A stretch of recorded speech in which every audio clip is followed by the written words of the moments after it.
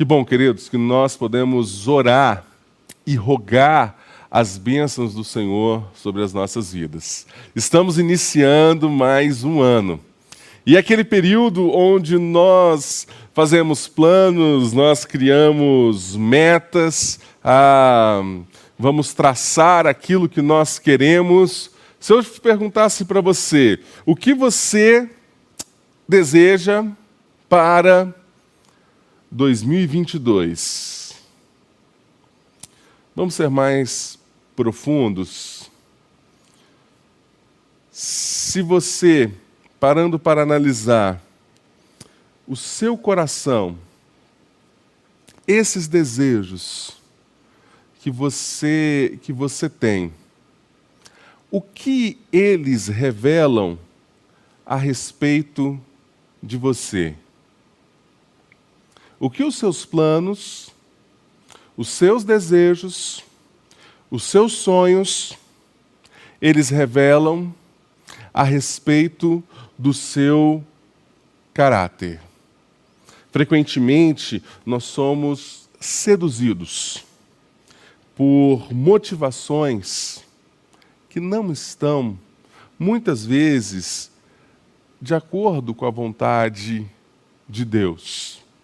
Quando nós falamos sobre planos, sobre sonhos, sobre objetivos, sobre ambição, de onde surge, de onde emergem esses planos, os desejos do seu coração? Corremos o risco de, quando nós paramos para analisar o nosso coração, quando escancaramos a nossa vida e olhamos de fato para os nossos desejos, corremos o risco de reconhecer que talvez muitos desses desejos vêm por causa das nossas motivações erradas, dos nossos valores distantes de Deus, por causa dos ídolos em nossos corações. Tim Keller, num grande livro, num best-seller, Deuses Falsos, ele diz o seguinte: ídolos não só distorcem nosso pensamento, como nossos sentimentos. Aquilo que move os nossos desejos, aquilo que move o nosso coração, as nossas ambições, os nossos desejos, muitas vezes podem ser os nossos ídolos, e eles distorcem. Distorcem as nossas motivações, distorcem até os nossos sentimentos. Por isso que neste primeiro domingo do ano, nós precisamos falar a respeito de uma mudança de valores em nossas vidas. Se você quer ter um ano de 2022 diferente, pare, através dessa mensagem, para refletir a respeito dos seus desejos, das suas motivações e quais os valores que precisam ser transformados em sua vida. Para tanto, eu quero pedir para você pegar novamente o seu texto sagrado, abrir no Evangelho de Marcos. Nós leremos Marcos capítulo 8, do versículo 11 ao versículo 38. Marcos, capítulo 8, do versículo 11 ao versículo 38. A palavra do Senhor, ela diz assim: E saindo os fariseus, puseram-se a discutir com ele, e tentando, pediram-lhe um sinal do céu. Jesus, porém, arrancou do íntimo do seu espírito um gemido e disse: Por que pede esta geração um sinal? Em verdade vos digo que a esta geração não se lhes dará sinal algum. E deixando-os, tornou a embarcar e foi para o outro lado. Ora, aconteceu que eles se esqueceram de levar pães, e no barco não tinham consigo senão um só. Preveniu-os Jesus, dizendo: Vede, guardai-vos do fermento dos fariseus e do fermento de Herodes. E eles discorriam entre si: é que não temos pão. Jesus, percebendo, lhes perguntou: por que discorreis sobre o não terdes pão? Ainda não o considerastes, nem compreendestes? Tendes o coração endurecido? Tendo olhos, não vedes, e tendo ouvidos, não ouvis? Não vos lembrais de quando parti os 5 pães para os 5.000? Quantos cestos cheios de pedaços recolhestes? Responderam eles: 12. E de quando parti os 7 pães para os 4.000? Quantos cestos cheios de pedaços recolhestes? Responderam: 7. Ao que lhes disse Jesus: não compreendeis ainda? Então chegaram a Betsaida e lhe trouxeram um cego, rogando que o tocasse. Jesus, tomando o cego pela mão, levou-o para fora da aldeia e, aplicando-lhe saliva aos olhos e impondo-lhe as mãos, perguntou-lhe: vês alguma coisa? Este, recobrando a vista, respondeu: vejo homens, porque como árvores os vejo andando. Então novamente lhe pôs as mãos nos olhos, e ele, passando a ver claramente, ficou restabelecido, e tudo distinguia de modo perfeito. E mandou Jesus embora para casa, recomendando-lhe: não entres na aldeia. Então, Jesus e os seus discípulos partiram para as aldeias de Cesareia de Filipe, e no caminho perguntou-lhes: quem dizem os homens que sou eu? E responderam: João Batista, outros Elias, mas outros, alguns dos profetas. Então lhes perguntou: mas vós, quem dizeis que eu sou? Respondendo, Pedro lhe disse: tu és o Cristo. Advertiu Jesus de que a ninguém dissessem tal coisa a seu respeito. Então começou ele a ensinar-lhes que era necessário que o Filho do Homem sofresse muitas coisas, fosse rejeitado pelos anciãos, pelos principais sacerdotes e pelos escribas, fosse morto e que depois de 3 dias ressuscitasse. E isso ele expunha claramente. Mas Pedro, chamando à parte, começou a reprová-lo. Jesus, porém, voltou-se e, fitando os olhos os seus discípulos, repreendeu a Pedro e disse: arreda, Satanás, porque não cogitas das coisas de Deus, e sim das coisas dos homens. Então, convocando a multidão e juntamente os seus discípulos, disse: se alguém quer vir após mim, a si mesmo se negue, tome a sua cruz e siga-me. Quem quiser, pois, salvar a sua vida, perdê-la-á. E quem perder a vida por causa de mim e do Evangelho, salvá-la-á. Porque que proveito ao homem ganhar o mundo inteiro e perder a sua alma? Que daria um homem em troca de sua alma?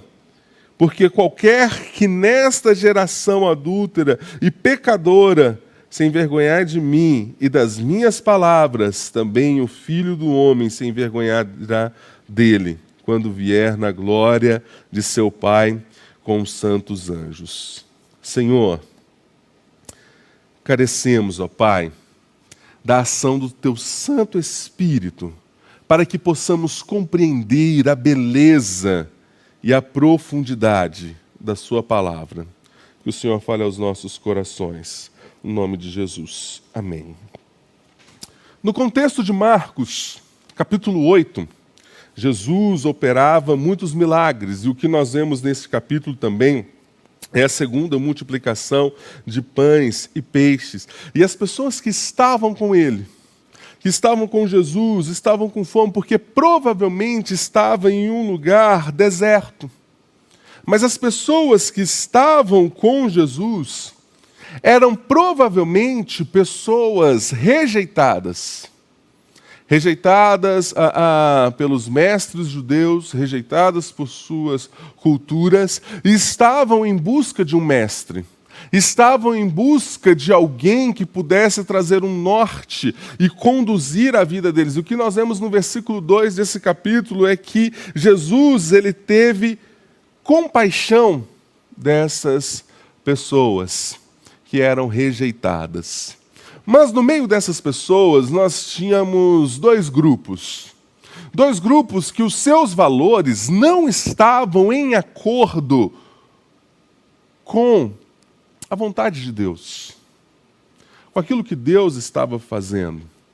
O primeiro grupo que nós enxergamos aqui é os fariseus, homens estudados, doutores da lei, conhecedores das Escrituras, homens zelosos pela palavra, mas que não estavam preocupados ou de acordo com a vontade de Deus, mas queriam exercer aquilo que eles pensavam, aquilo que eles cogitavam em Cristo Jesus. O importante não era o que Jesus estava fazendo e operando e fazendo milagres, anunciando o reino de Deus, mas o que eles queriam era que aquilo estivesse em conformidade com os valores deles e com o que eles acreditavam. E se isso não acontecesse, Jesus ele teria grandes problemas.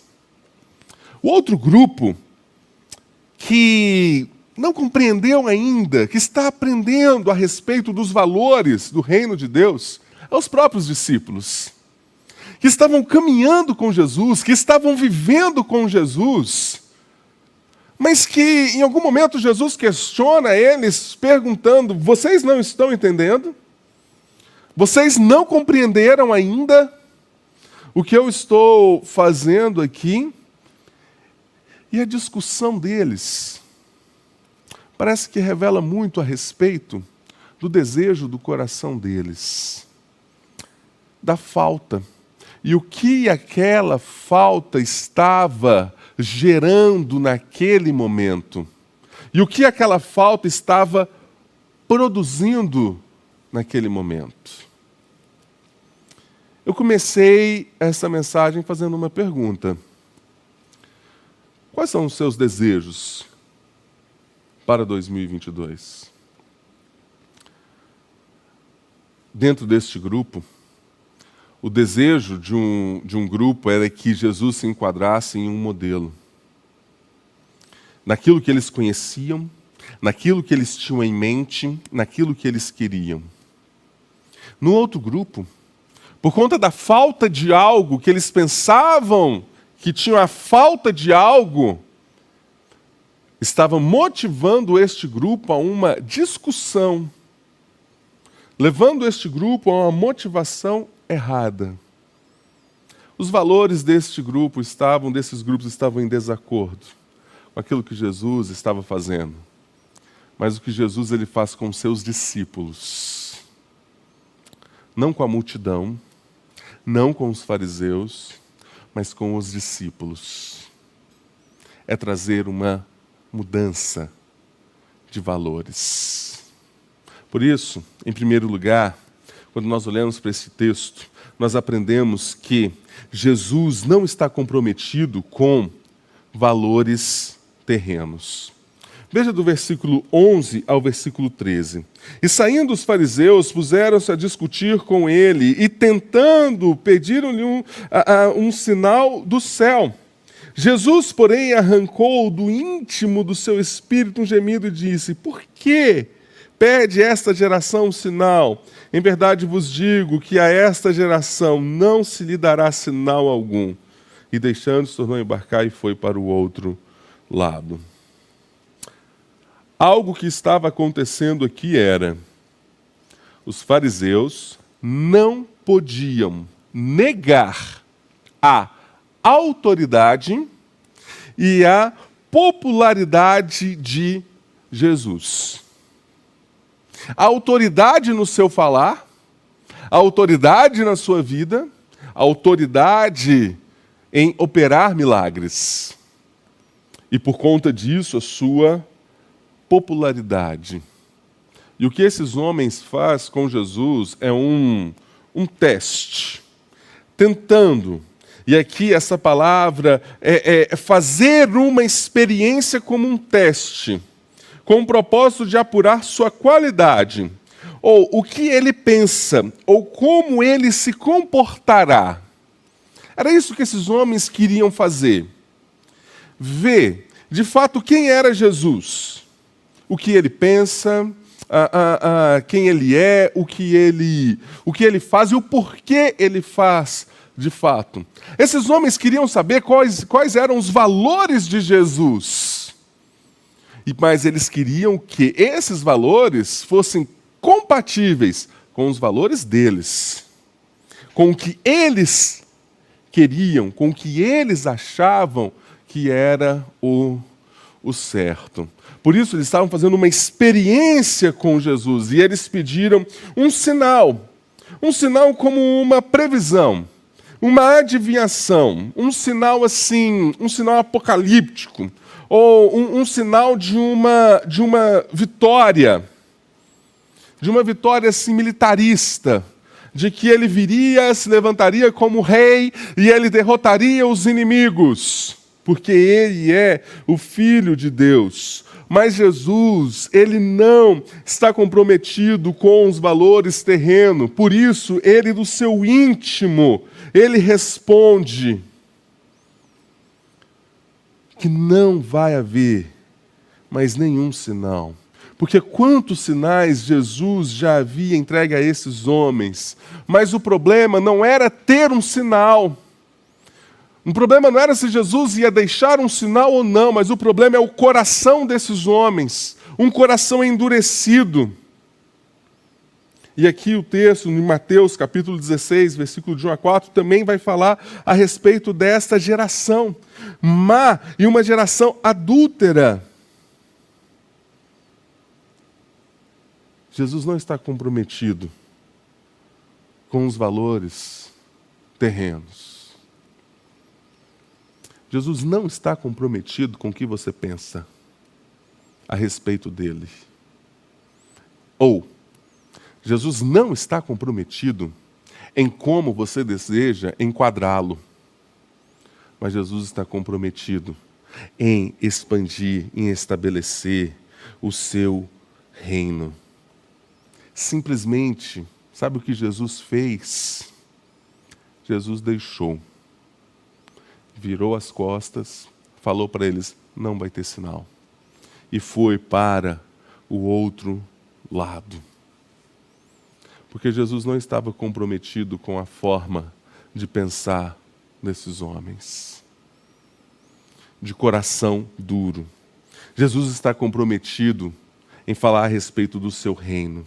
Mas para que possamos compreender o seu reino, é necessário algo.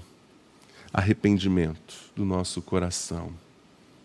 Mateus capítulo 3, versículo 2 diz: naqueles dias apareceu João Batista pregando no deserto da Judéia e dizia, arrependei-vos, porque está próximo o reino dos céus. Capítulo 4 de Mateus, Jesus ele diz, daí por diante passou Jesus a pregar e a dizer, arrependei-vos, porque está próximo o reino dos céus. Não tem como nós compreendermos os valores do reino de Deus se nós estivermos comprometidos com os nossos valores. Se nós estivermos comprometidos com os nossos ídolos, com as nossas ambições, com os nossos desejos distantes dos valores do reino de Deus, distantes do arrependimento, de reconhecer que nós não somos Deus. Ele é. De reconhecer quem nós somos. Pecadores. Reconhecer que o nosso coração, ele pode fazer planos, ele pode criar objetivos, metas, desejos e ambições. Mas o nosso coração é pecaminoso. E esses desejos precisam passar pelo arrependimento. De olhar para quem nós somos, e quem Ele é, e o que Ele fez por nós.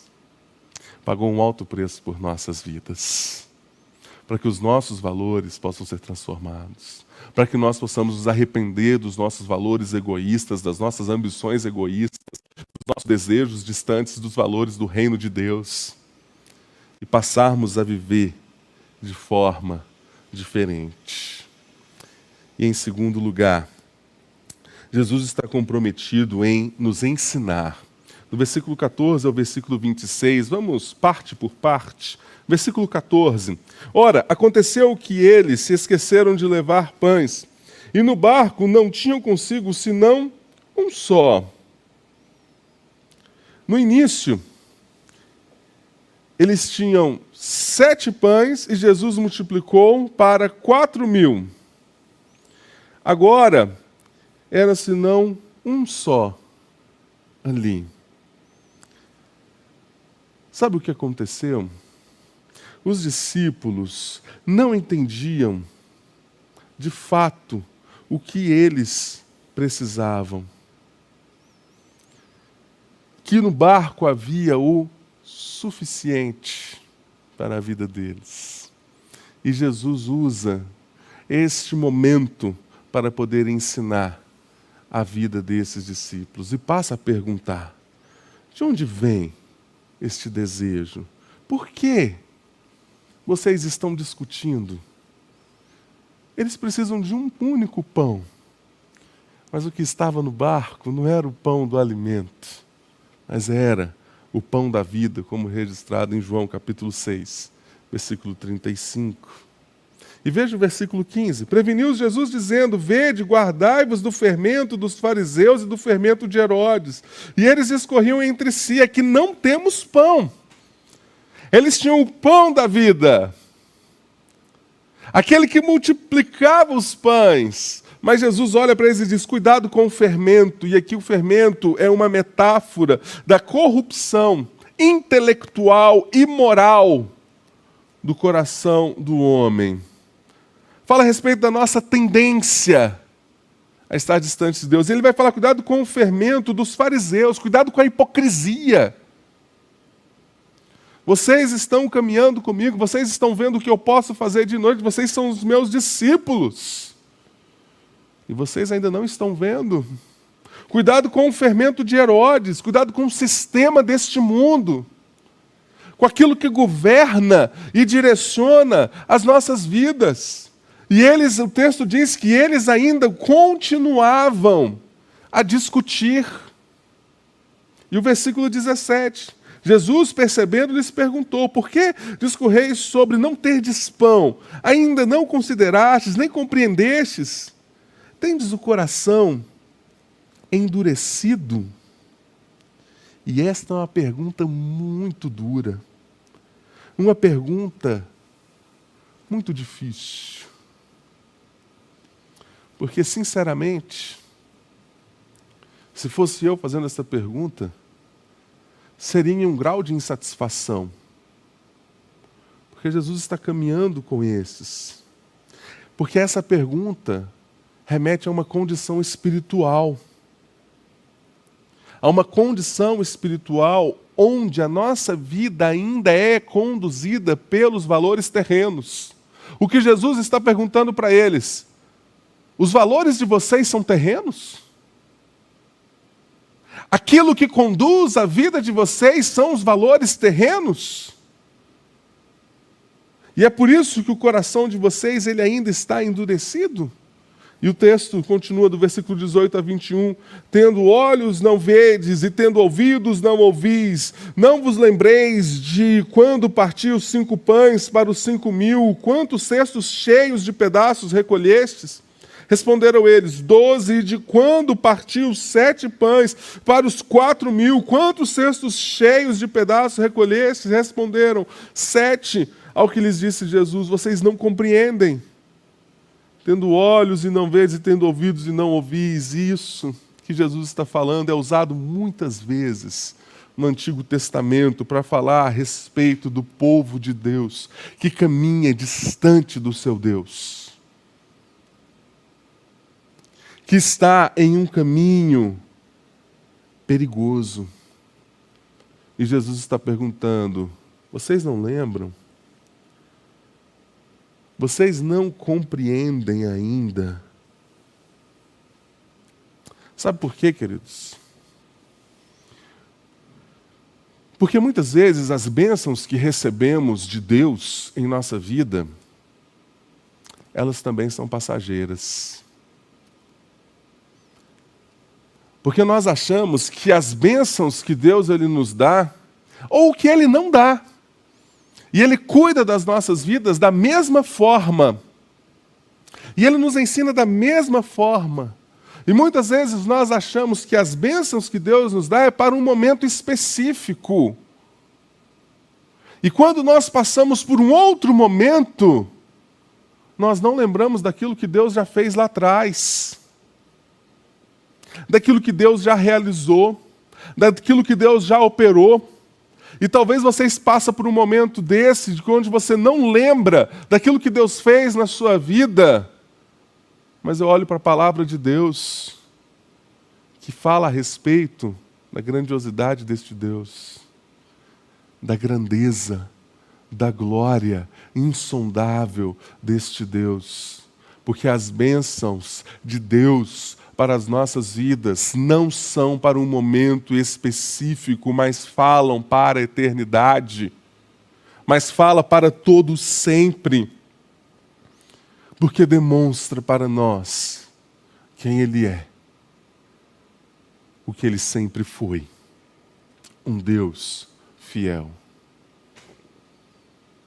E talvez você está pensando, o que é bênção? Bênção de Deus é aquilo que eu pedi e Ele me deu? Bênção de Deus é a cura da minha enfermidade? Bênção de Deus é Ele me dar aquilo que eu desejei para este ano? É Ele fazer com que eu possa realizar os meus sonhos e os meus projetos conforme eu quero? Não. A bênção de Deus, quando nós servimos como discípulos dEle, é tudo que Ele faz e é tudo que aparentemente Ele deixa de fazer. Num certo sentido, Ele sempre está fazendo. Mesmo quando Ele nos dá ou quando Ele não dá. Porque quando Ele nos dá, Ele está nos ensinando. Quando Ele não dá, Ele está nos ensinando. Ele sempre está trabalhando. Ele sempre está fazendo e agindo, em todo o momento. Por isso que Deus ele está comprometido, de fato, em ensinar os seus discípulos, ensinar de forma pedagógica os seus valores. E é isso que o texto continua a dizer. Do versículo 22 ao versículo 26, Jesus opera uma cura pedagógica. Quando eles trazem para ele um cego, Jesus cura este cego, Jesus tira ele da aldeia, opera um milagre e fala, olha, não retorne ainda. Porque Jesus estava comprometido em ensinar os seus discípulos, em mostrar para os seus discípulos quem Ele é. Por isso, no trecho seguinte, Jesus ele vai perguntar, depois de ensinar para os seus discípulos, mostrar quem Ele é, Jesus pergunta então, quem dizem os homens que eu sou? Mas e vocês? Quem vocês dizem que eu sou? E Pedro ele vai responder, tu és o Cristo. E Jesus fala, olha, ainda não divulgue isso. Porque Jesus estava comprometido com os seus discípulos naquele momento. Focado em ensinar os seus discípulos. E é isso que acontece com as nossas vidas. Devemos estar atentos que Deus ele não está comprometido com os nossos valores. Deus não está comprometido com os nossos desejos, mas Deus está comprometido em ensinar-nos a respeito do seu reino. Por mais difícil que possa parecer. E aí nós fazemos a pergunta para nós. Quem é Jesus para nós? Quem é Jesus para você? O que nós precisamos saber é que Ele já nos deu a bênção que nós mais precisávamos. Ele é o nosso Salvador. Ele é o Cristo. Ele é o Senhor. Ele é o Redentor. Ele é aquele que veio para vencer a morte.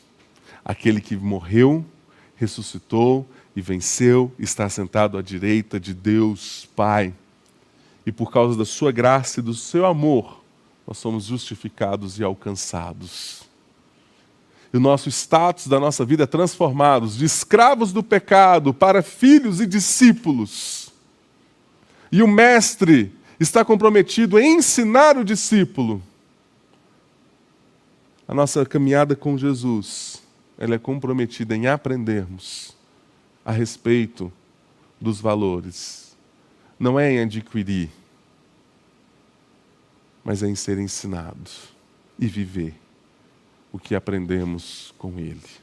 Por isso, em terceiro lugar, Jesus ele está comprometido com o seu reino eterno. Do versículo 31 ao versículo 38. Então começou ele a ensinar-lhes que era necessário que o Filho do Homem sofresse muitas coisas, fosse rejeitado pelos anciões, pelos principais sacerdotes e pelos escribas, fosse morto e que depois de 3 dias ressuscitasse.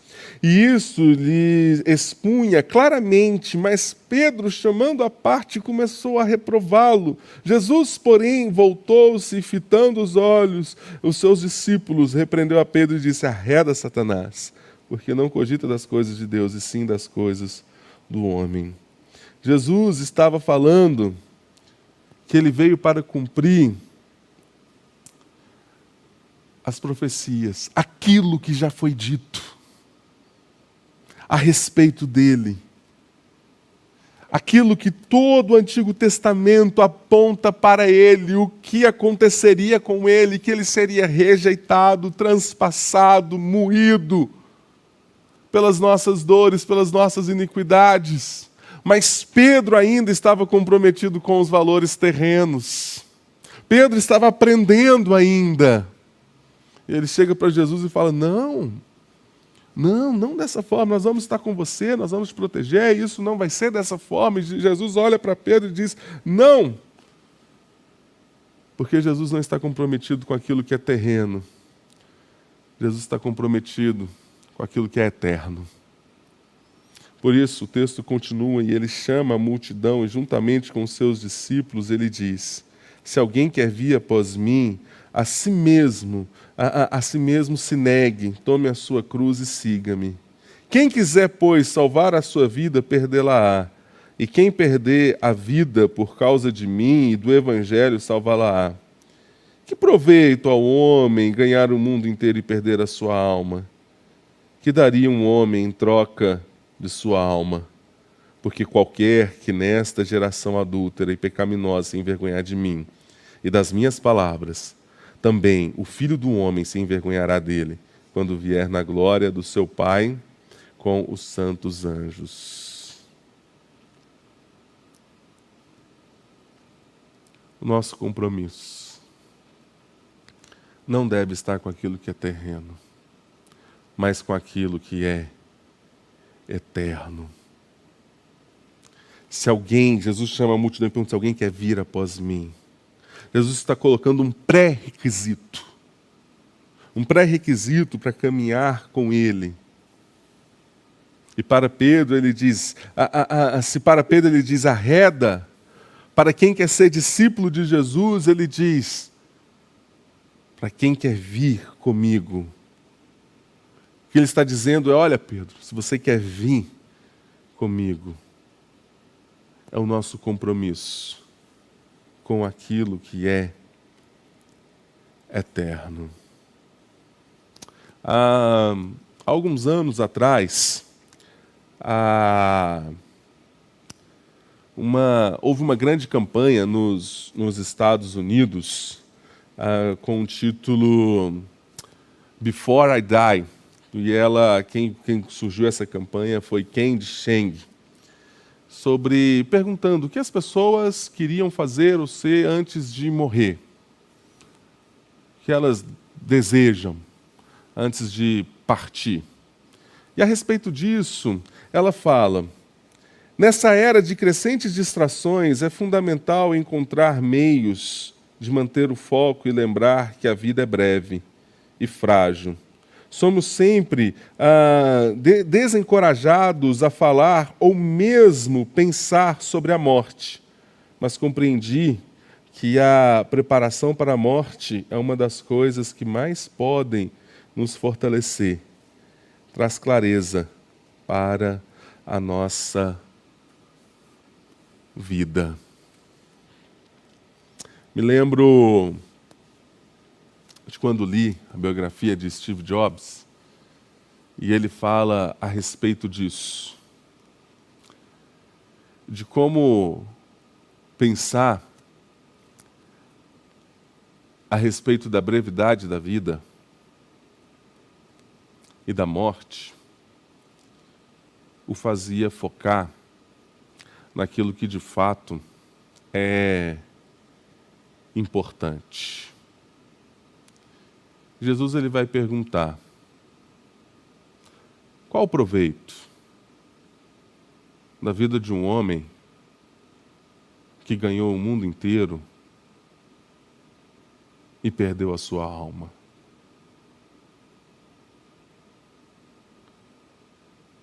Se nós colocarmos os nossos desejos, as nossas ambições,